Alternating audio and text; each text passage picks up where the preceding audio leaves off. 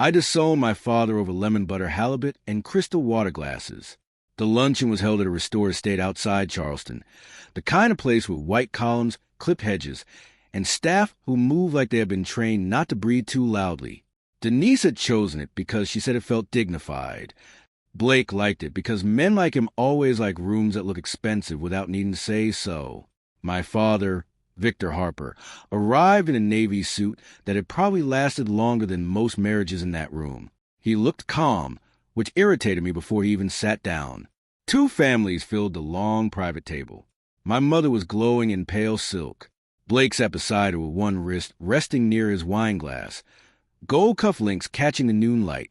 My Aunt Margaret was there for my father, along with 2 older Harper relatives who still carried themselves like the family name meant something sacred. I had spent most of my life being told exactly that. By then, I was tired of hearing it. I was 22, halfway through believing I had built myself, and arrogant enough to mistake resentment for independence. Blake had money, presence, easy confidence. He knew how to talk to investors, waiters, and senators in the same smooth tone. When he shook your hand, he made you feel chosen. My father had never been like that. Victor was quieter, solid, the kind of man who paid bills before buying himself a coat, and called that love. Back then, I thought that kind of man was small. The food came in courses. A server poured sweet tea into cut crystal. Somebody mentioned family legacy. Somebody else mentioned summer properties. Then Blake made a soft joke about old names carrying old baggage, and the whole table laughed except my father. I remember setting my fork down very carefully. I should probably say this now. I said. The table went still. My mother turned to me, already knowing this was about to become theater.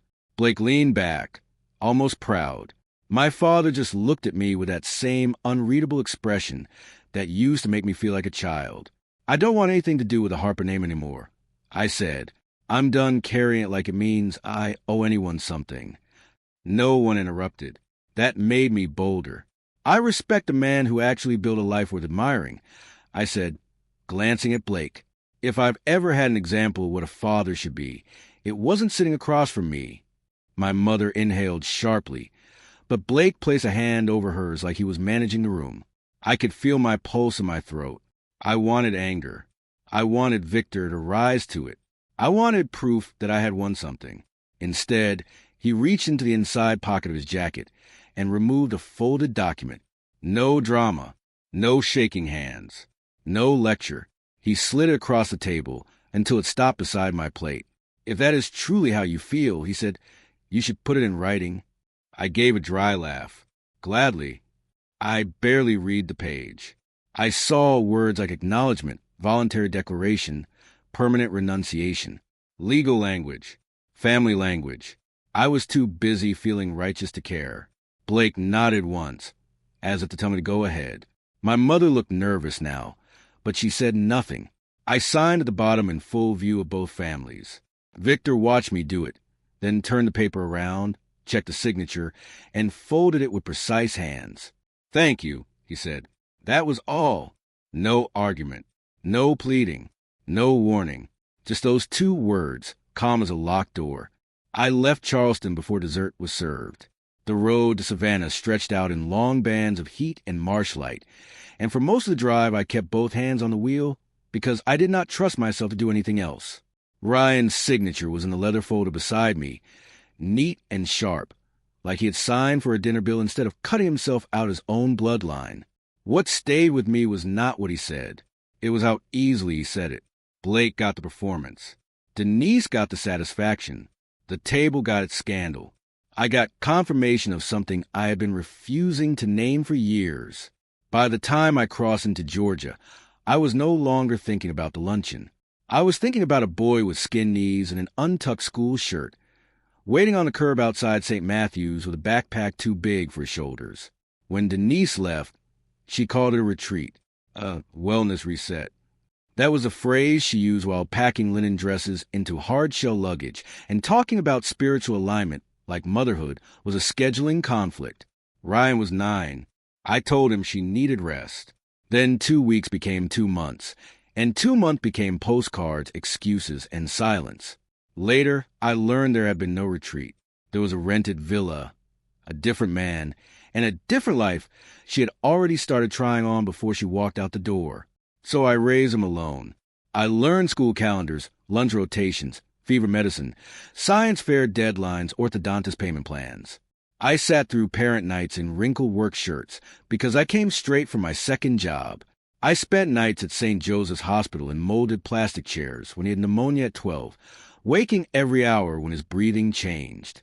I drove for a car service on weekends to keep him at the private schools Denise insisted were essential for his future, even after she was gone and the bills were mine.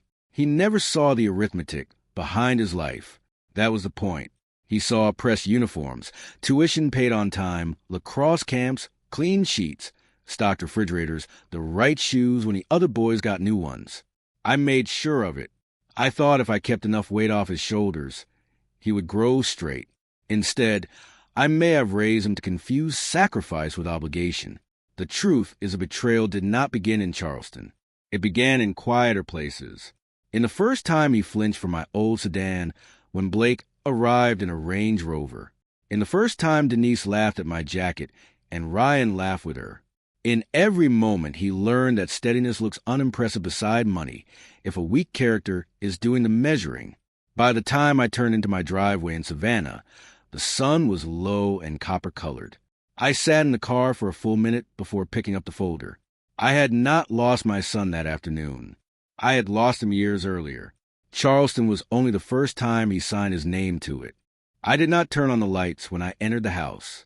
The hallway in Savannah stayed dim, lit only by the fading evening to the tall windows.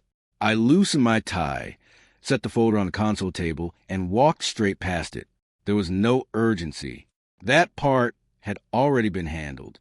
What remained required precision. The cedar chest was in my study, beneath the far bookshelf. It had been there longer than Ryan had been alive, longer than Denise had been part of this house.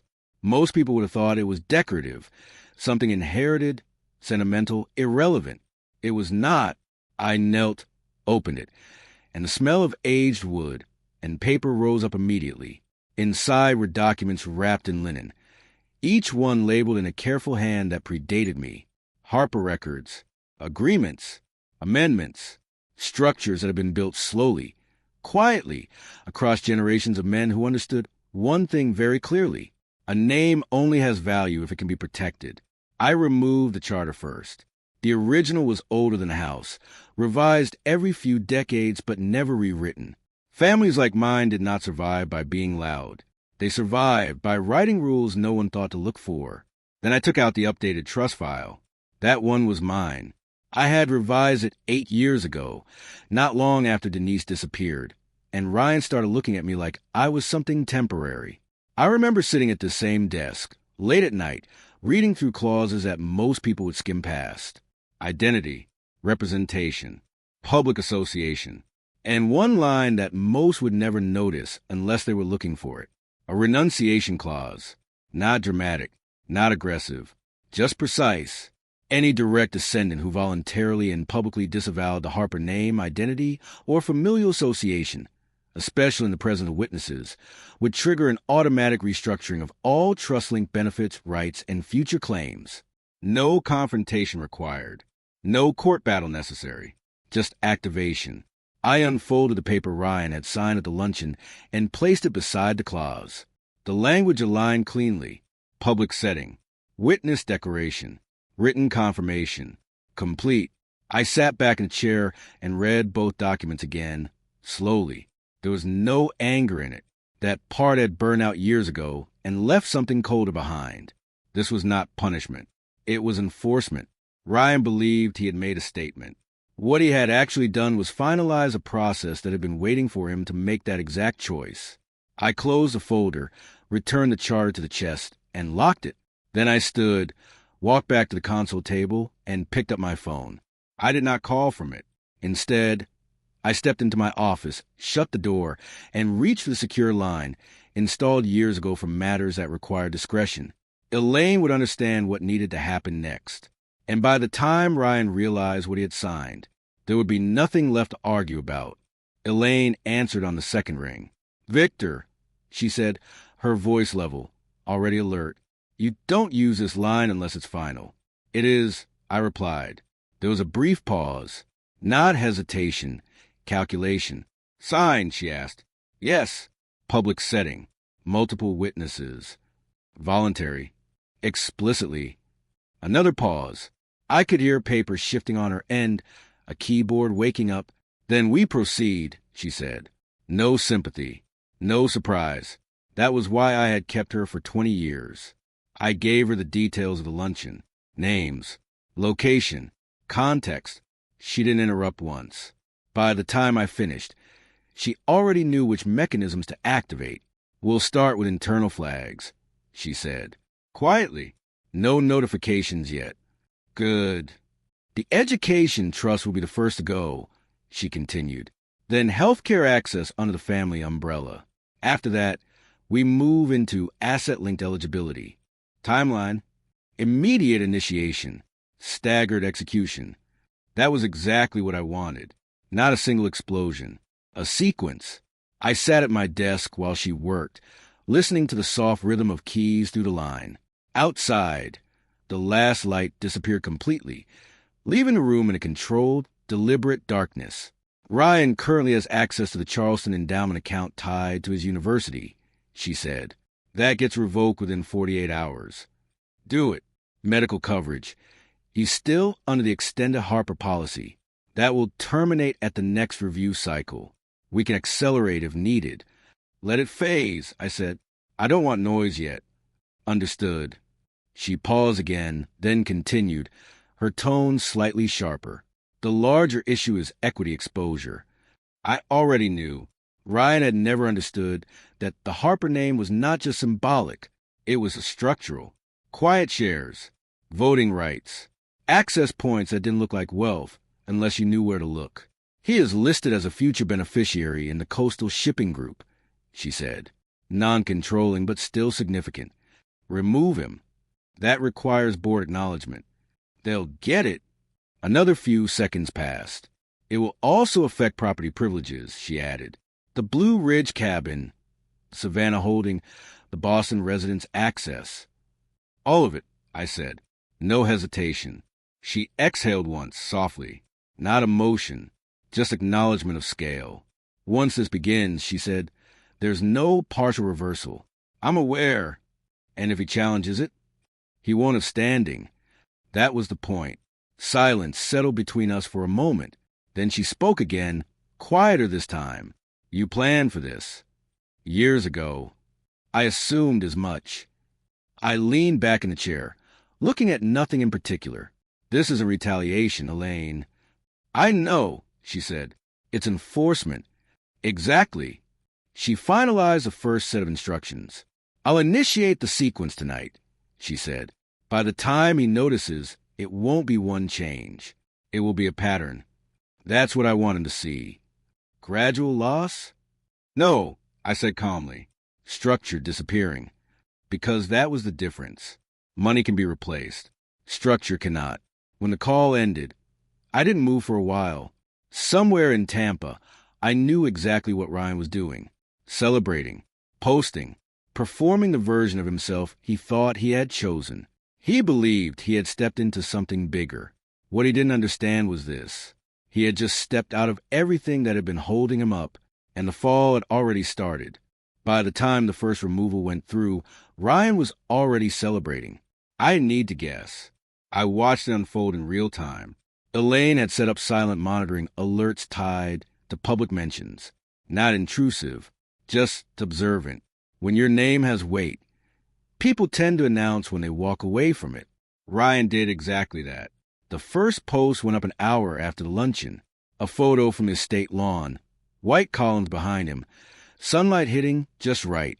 Blake had his arm around his shoulder, like a man presenting an investment he was proud of. Denise stood on the other side, smiling too widely. The caption read, "Proud to move forward without the past holding me back. New chapter, new name, new family." I stared at it for a long moment. Then I forwarded it to Elaine. "Archive everything." I wrote, "Already in progress," she replied.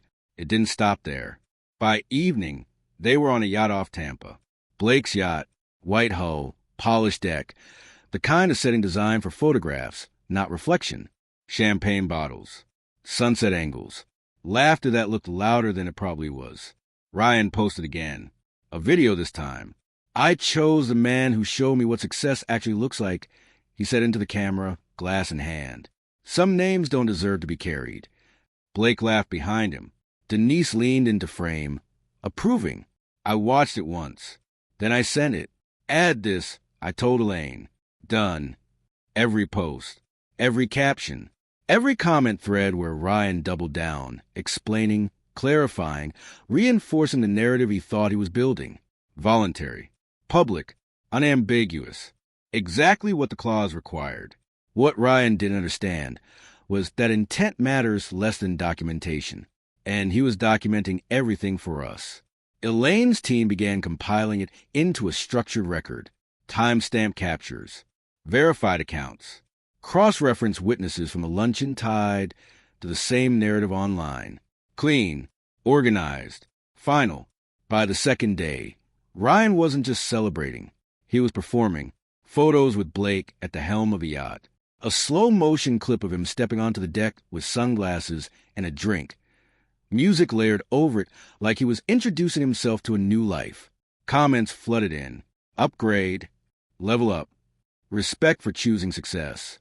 Ryan responded to some of them. That old life was never really mine. I read that line twice. Then I closed the file.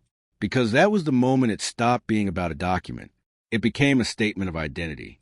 And once identity is declared publicly, it becomes very difficult to argue it was misunderstood. Later that night, Elaine called. We have more than enough, she said. I assumed. There's no ambiguity left. Good. She paused briefly. He's making this easy. I looked out at the darkened yard, still and silent. Yes, I said. He always preferred things that looked easy. Another notification appeared on my phone. Ryan again. Final post of the night. A photo of him raising a glass, city lights behind him, Blake beside him, Denise just out of frame. Caption. Goodbye, Harper. I turned the screen off without responding, because by then there was nothing left for me to say. The first crack appeared quietly. Ryan didn't call anyone at first. He tried to fix it himself. It started with his university account. Monday morning. Early. The kind of hour where people still believe problems are temporary. He logged in expecting routine tuition balance, housing details, access to his private endowment fund. That account had always been there, untouched, reliable. It wasn't something he questioned. This time, the screen loaded differently.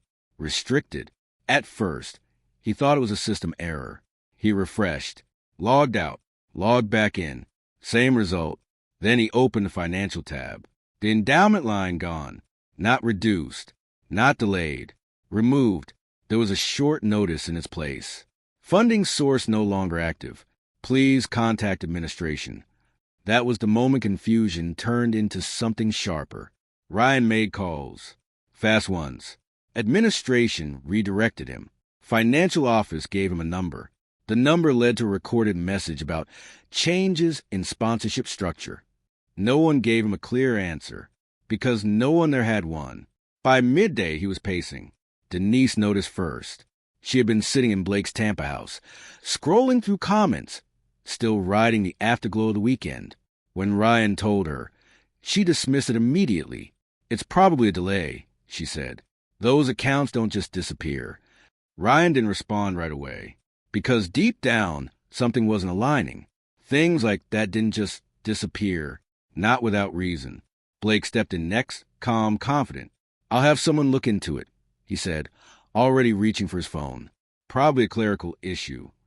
Ryan nodded, but his jaw was tight, because for the first time since Charleston, something felt out of his control.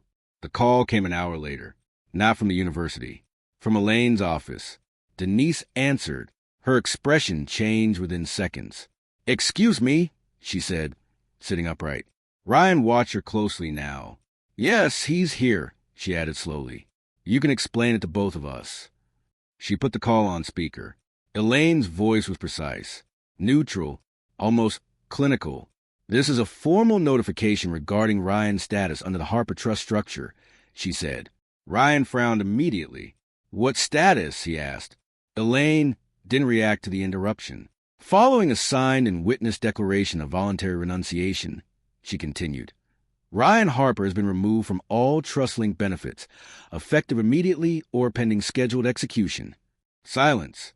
Then Denise spoke, sharper now. That's not possible. He just made a personal statement. That doesn't affect. It does, Elaine said calmly.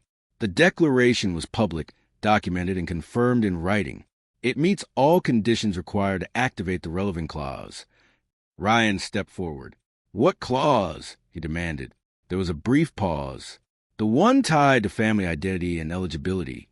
Elaine replied, By formally rejecting the Harper name and association, you have legally separated yourself from all structures connected to it. Ryan shook his head. That's not what I signed. Elaine didn't raise her voice. You signed exactly that. Denise stood up now, pacing. This is manipulation, she snapped. Victor is trying to punish. No, Elaine said, cutting through cleanly. This is not punitive. It is procedural. Ryan felt it then. Not anger. Not yet. Something colder. What does that mean? He said slowly, in real terms. Another pause. Then, your education fund has been revoked. Silence filled the room. And this is only the first adjustment. Ryan didn't speak, because for the first time, he realized this wasn't a misunderstanding. It was a sequence. Ryan didn't wait for the second shock. He drove. Hard. Denise sat in the passenger seat, calling Victor over and over, each call going straight to silence. Blake stayed behind. For the first time, he didn't insert himself. This wasn't a situation he could smooth over with a phone call or favor. The coastal house in Savannah was supposed to be constant. It always had been. White siding, long wooden dock, the boat tied just off the edge, rocking slightly even on calm days. Ryan had grown up visiting that house. It was one of the last places that still felt anchored. They pulled into the driveway just before sunset. Something was wrong immediately. The gate was open. No car, no lights. Ryan stepped out slowly, scanning the property like he expected it to correct itself if he looked long enough. It didn't. The windows were empty. No curtains. No movement. No sign that anyone had lived there recently. Denise walked ahead of him, heels clicking sharply against the stone path. Victor? She called, like this was still a conversation. No answer. Ryan moved past her and tried the front door. Locked, but not in the way he expected. Not secured. Final. There was no hesitation in the lock. No resistance. Just closure. A voice came from behind them. He's not here. Ryan turned. An older man stood near the edge of the property, hands resting casually in his pockets. Neutral posture. Observant eyes. Who are you? Denise snapped. Caretaker, he said simply. Or I was... Ryan stepped forward. What do you mean? Was... The man studied him for a second, then nodded slightly. You're the son. Not a question. Ryan didn't respond. The caretaker continued. House sold 3 weeks ago, he said. Close fast. Cash deal. Denise blinked. That's not possible. It is, the man replied calmly. Ryan felt something shift in his chest. Where did he go? He asked. The caretaker shrugged lightly. Didn't say much. Just that everything was already arranged. Arranged how? Denise pressed. The man hesitated, then answered. He mentioned Kentucky. Horse property. New holding company. Ryan stared at him. What?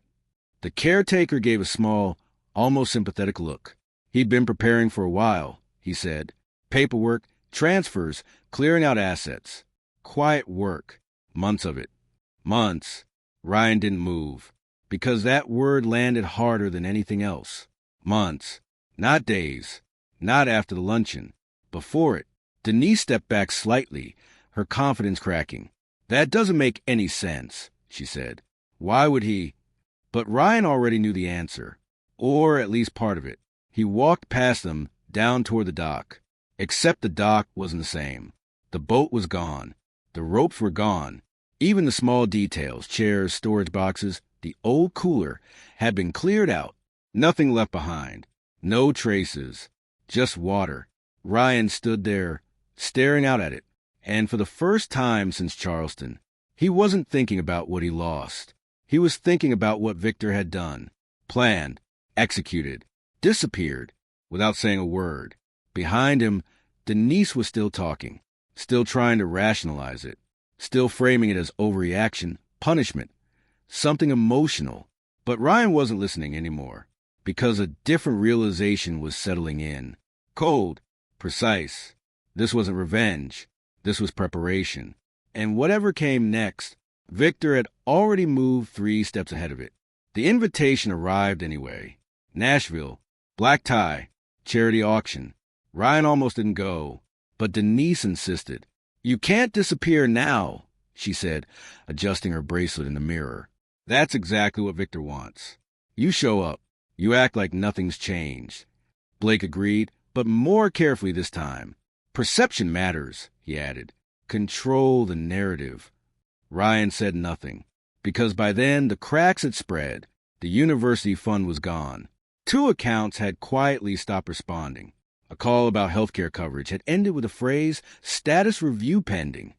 Nothing had collapsed all at once, but everything was shifting. Still, he put on the tux. Still, he walked into that ballroom like he belonged there. The event was crowded, bright, loud in that controlled, expensive way where people laughed just enough to be heard, but not enough to lose composure. Crystal chandeliers, waiters moving in straight lines, names that carried weight, just not as anymore. Ryan could feel it, not openly, not directly, but in the pauses, in the slightly longer looks, in the way conversations adjusted when he stepped into them. No one said anything, but something had already started spreading. Halfway through the evening, as the auction began, a man approached him, not a guest, too neutral for that, gray suit, no expression. "Ryan Harper?" he asked. Ryan hesitated for half a second. Then, "Yes." The man handed him a sealed envelope. "Delivery on behalf of counsel," he said. Then he walked away. Just like that. Ryan stared at the envelope. Denise leaned in immediately. "What is that?" Ryan didn't answer. He opened it. Inside was a document set. Thick, organized, precise. The first page was a summary. He read it once. Then again, slower. Itemized removal. That's what it was. Every line was something he had assumed was part of his life. Education funding, terminated. Healthcare access, revoked. Trust participation, removed. Voting shares, nullified. Property privileges, rescinded. Future inheritance claims, permanently void. Each line dated. Each line referenced. Each line final. Ryan felt the room shift around him. Not physically. Socially, because a few people hadn't noticed. Then more. Then enough. Denise grabbed his arm. "What does it say?" she whispered sharply. He didn't answer, because he couldn't. Not yet. Not with the way his hands had gone still. Across the room, someone stopped mid-conversation. Another glance. Then another. And then something worse happened. His aunt stood up. Victor's older sister. She had been sitting 2 tables away. Composed, quiet, watching the evening unfold without involvement. She saw the envelope in Ryan's hands. Saw his face. And without saying a word, she picked up her clutch and left. Not hurried. Not emotional. Deliberate. Visible. Final. That was the signal. Ryan felt it immediately. Not just rejection. Alignment. The family had closed ranks. Publicly. Cleanly. No confrontation. No scene. Just absence. Denise's grip tightened. "Ryan," she said more urgently now. He finally spoke. "They took everything." The words came out flat. Controlled. But wrong. Because for the first time, he wasn't performing anymore. He was understanding. It took Ryan 3 weeks to find him. 3 weeks of silence, unanswered calls, returned messages, and doors that didn't open anymore. Even Blake's connections came up empty. Whatever Victor had built in Kentucky wasn't visible in the usual ways. That's what finally made Ryan understand. This wasn't just distance. It was removal. The lead came from someone who didn't mean to help. An old Harper contact, loose with details after a second drink. Vermont, temporary work, orchard season. It sounded wrong, which is why Ryan believed it. He drove alone. No Denise, no Blake, no audience. By the time he reached the orchard, the air had turned sharp with early fall. Rows of trees stretched out in quiet lines, heavy with apples. Workers moved slowly between them, steady, focused. No one important, no one impressive. Ryan almost turned around. Then he saw him. Victor stood halfway down a row, sleeves rolled, hands moving carefully as he checked the fruit. No suit, no watch, just a man working like he had nowhere else to be. Ryan walked toward him, each step slower than the last. Victor didn't look up immediately. He finished what he was doing first. Then finally, "Long drive," he said. Ryan stopped a few feet away. "You knew I'd find you." Victor glanced at him briefly, then back to the tree. "I assumed you might try." There was no warmth in it, but no hostility either. That was worse. Ryan swallowed. "I didn't understand what I was signing," he said. Victor nodded once, like he had expected that exact sentence. "I know." Silence stretched between them. Wind moved lightly through the branches. "I want to fix it," Ryan added. "Whatever this is, this clause, this structure, it was a mistake." Victor reached up, adjusted one apple slightly, then stepped back to look at it. "No," he said calmly. "It wasn't." Ryan's jaw tightened. "I was angry. It was a performance. You know that." Victor finally turned to face him fully. "Yes," he said. "That's exactly what it was." Another pause. "And that's the problem." Ryan frowned. "What does that even mean?" Victor studied him for a moment, not judging, measuring. "You didn't just reject a name," he said. "You traded it." Ryan shook his head. "That's not." "You stood in front of two families," Victor continued evenly, "and chose status over loyalty, presentation over substance." Ryan stepped closer. "I chose the man who actually built something." Victor didn't react. "I built everything you stood on," he said quietly. That landed, harder than anything else. Ryan looked away for a second, then back. "I said things I didn't mean." Victor shook his head slightly. "No," he said. "You said exactly what you meant in that moment." Silence again. Ryan's voice dropped. "I'll take it back." "You can't." "Why not?" Victor held his gaze. "Because the signature wasn't the issue." Ryan felt something tighten in his chest. "Then what is?" Victor didn't answer immediately. Instead, he gestured lightly around them. "This," he said. Ryan frowned. "What does this have to do with anything?" Victor's voice stayed calm. "Everything I built, every structure, every safeguard, it was designed around one assumption." Ryan waited. "That the people carrying the name understood its weight." Another pause. "You didn't," Victor said. The words were quiet, but final. Ryan exhaled slowly, frustration breaking through. "So that's it? One mistake, and I lose everything." Victor looked at him steadily. "No," he said. "You lost it long before that." Ryan went still, because deep down, he knew that might be true. Victor turned back to the tree, already done with the conversation. "I'm not undoing it," he added. Ryan didn't move. "Then what am I supposed to do?" he asked. Victor picked another apple, inspected it briefly.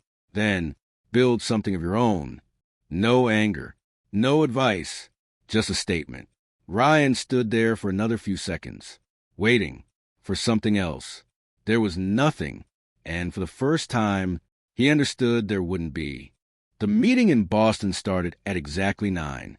No delays, no small talk. That was always the rule. The conference room overlooked the harbor, gray water moving slowly under a low sky. 12 seats at the table, 11 filled. Ryan's chair remained empty. No one mentioned it. I sat at the head, the same position my father had held, and his father before him. In front of me were the updated documents, clean, finalized, already reviewed by every person in that room. Elaine stood to my right. We're proceeding with a final restructuring of the Harper Educational Trust, she said, effective immediately. No one objected. They had all seen the file. They had all seen the evidence. Public renunciation, signed declaration, verified record. Final. The previous Ryan Link grant will be dissolved, she continued. All associate allocations will be redistributed under a revised framework. I nodded once. Continue. She turned the page. The new structure removes automatic inheritance pathways tied solely to bloodline, she said. Eligibility will now require demonstrated alignment with family identity, conduct, and contribution. A quiet shift moved through the room. Not disagreement. Recognition. This was a change. Not reactive. Evolution. Adopted descendants and future heirs remain eligible. Elaine added, provided they meet the revised criteria. That mattered, more than most things, because legacy was never supposed to be about entitlement. It was supposed to be about continuity, and continuity required choice. One of the older members spoke. And the record? Elaine didn't hesitate. Ryan's name will remain in the archive, she said, unaltered. I looked down briefly at the final page. There it was, Ryan Harper, date of renunciation, status, voluntary separation, a single notation beneath it, bridge declined, no reinstatement. I closed the folder. Approved, I said, around the table. One by one, the others did the same. No debate, no emotion, just agreement, because the decision had already been made long before this room. The meeting ended within the hour. Chairs moved back. Papers gathered. Quiet conversations resumed as people stepped out into the hallway, already shifting focus to the next matter. I stayed behind for a moment. The harbor hadn't changed. Same water, same movement. Structures hold. People decide whether they remain part of them. Ryan had made his decision in a room full of witnesses, with a steady hand and a clear voice. I honored it, not as punishment, as truth. Months later, I received a report. Ryan had found work. Nothing extraordinary. Nothing inherited. Something earned. There were no more posts. No more performances. Just silence. That was enough. Because legacy doesn't disappear when someone walks away from it. It adjusts, refines, continues. Without them. And somewhere along the way, Ryan would understand something I learned much earlier than he did.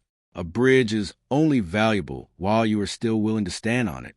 Once you walk away, you don't get to decide if it's still there when you turn back.